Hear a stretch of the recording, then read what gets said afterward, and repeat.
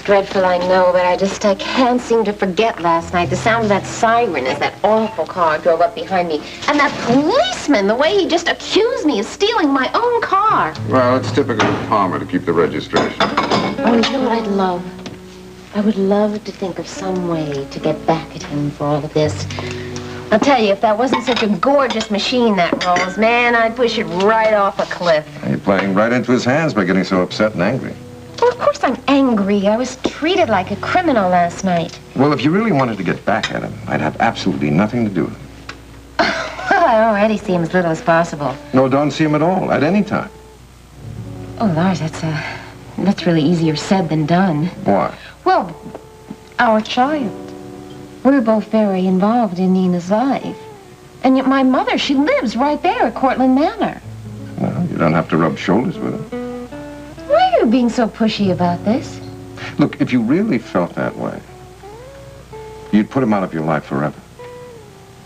I do want him out of my life forever, I do. And you're right, I am going to do it as of now, as much as I possibly can.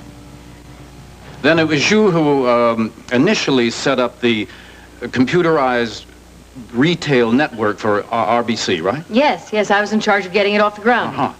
And you must have a very good working knowledge of the entire computer system of Bogart International. Oh, yes, I'd have to. Yeah, but the area of the retail, that's always been a separate entity from the rest of the computerized system of the company, hasn't it?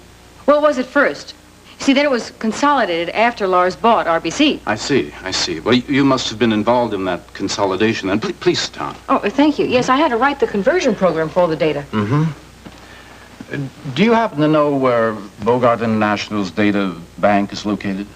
Yes, it's in New York. It's a massive network. See, it handles all the retail data as well as the complete information on the various subdivisions. Yeah, oh, yes, definitely. It's Sensual and RBC. Mm-hmm. I see. Well, how about payrolls and price lists and all that? Everything you can possibly name is there. Uh-huh. Very interesting. This may be rather presumptuous on my part, but why do you want this information? Oh, well, I've heard so much about the capabilities of the Bogart system and the flexibilities that I've been thinking about revamping our own system, you know, somewhat along those lines, and I'd like to know more about it. I don't know how much help I can be to you. You see, Lars and I did not part on the best of terms. He can be a difficult man. Oh, to say the least. Well, no matter. I'm sure Lars would be pleased to speak to me personally about it. Oh, good. Well, Ellen, I do appreciate your input. Certainly, I hope I've been of some help to you. Oh, yes, you've been a great help. Thank you. Good. If there's anything else I can do, please, I'm always available. Thank you. Uh-huh. Bye-bye. Goodbye. Well, now that should work out just beautifully.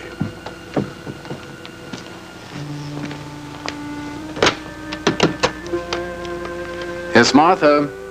Would you ask Miss Klingensmith to step in here, please? Thank you.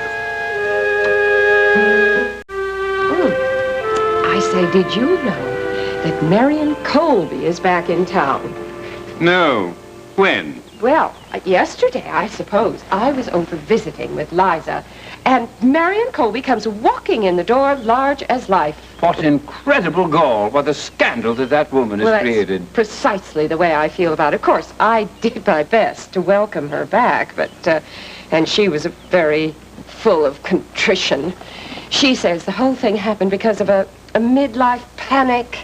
She felt her youth was slipping away from her. Bosh and fiddlesticks. Yes. A lover probably ditched her. Mm. Exactly. Her hot little fling with Alan Reynolds cooled down, and she came running home to Daddy. Daddy?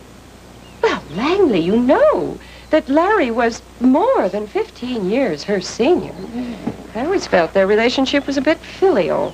I wonder if Daddy plans on bringing the prodigal daughter back. I wonder. He just might. He always adored Marion. Oh, Enid. Well, I really must be going, Langley. I'm going to get started with our charity ball. Yes, well, call me if you need any help. Oh, I certainly will. You can count on that. Oh, and Phoebe told me expressly to mention to you that Palmer Cortland's name is not to be on any invitational list. Well, I agree with that 100%. I mean, after that man lied to the committee about a loan of $250,000, well, I don't think he deserves any part of this. Right. We do that. Oh, Lars, no. Thank you. I'm sorry, but duty calls. But I thought we'd have the whole day together. There's nothing I'd like better, believe me. What's so important in New York? Well, it's a very boring business matter, but I have to take care of it. Just about making millions and millions of dollars. Involving the safeguarding of millions of dollars in information. As a matter of fact, I have to meet with my computer staff and their technical assistants because they've designed a system to safeguard against theft. Goodness sakes. And how long are these computer geniuses going to be crawling around your machine? For the rest of the week. Oh, I should say the rest of the day, I'm afraid. A day or a week. It's boring. Then why don't you come to New York? After the meeting, we can spend some time together. I thought you'd never ask. I'll send my car. Oh, just in case I do push the rolls over the cliff? Oh, no. Just to show your ex-husband you can ride in style without him. Well, I've heard some wonderfully flattering things about you, Miss Klingon-Smith. Although our paths very seldom cross, I keep well informed about your efficiency in running our computer center, and I have a few questions to ask, and you being the expert, I thought I might as well address them to you. Would you please sit down? Certainly. What is it you'd like to know? Well, the first thing is a very crucial question. Just how secure is our central computer from access by outsiders? Well, our system's as secure as you can get, but there's no such thing as perfect security. Well, isn't there protection for data encryption? Oh, yes, and our system's the best there is. But even so, there have been instances in the past year when security's been broken down. How was that accomplished? Well, it was done by a mathematical genius, I admit. You see, he looked up the published encryption, and through a series of highly complicated transformations, managed to crack the decoding key. Does that mean our system is obsolete? Oh, no. You see, we've changed our formula to that of a competing code system, which is yet to be cracked. But there's never a guarantee that a system can't be tapped. Well, that, of course, would go for any corporate system, wouldn't it? Oh, yes. They're all equally vulnerable. To an expert in the field, cracking a code is simply a matter of time. Well, that means, of course, that you could crack any code. Oh, I could gain access one way or another.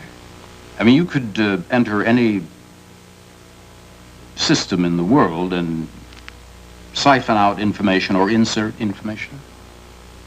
It would take a long time, but I'm completely confident it could be done. Well, if that is the case, Miss Klingon-Smith, I have a very lucrative offer for you.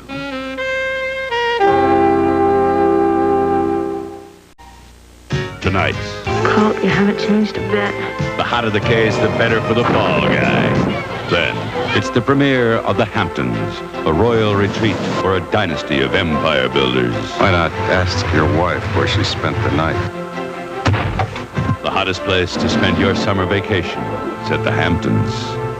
And Nobody's gonna hurt my daughter. nobody but a madman on Dynasty. Tonight, all starting at 8, 7 Central and Mountain.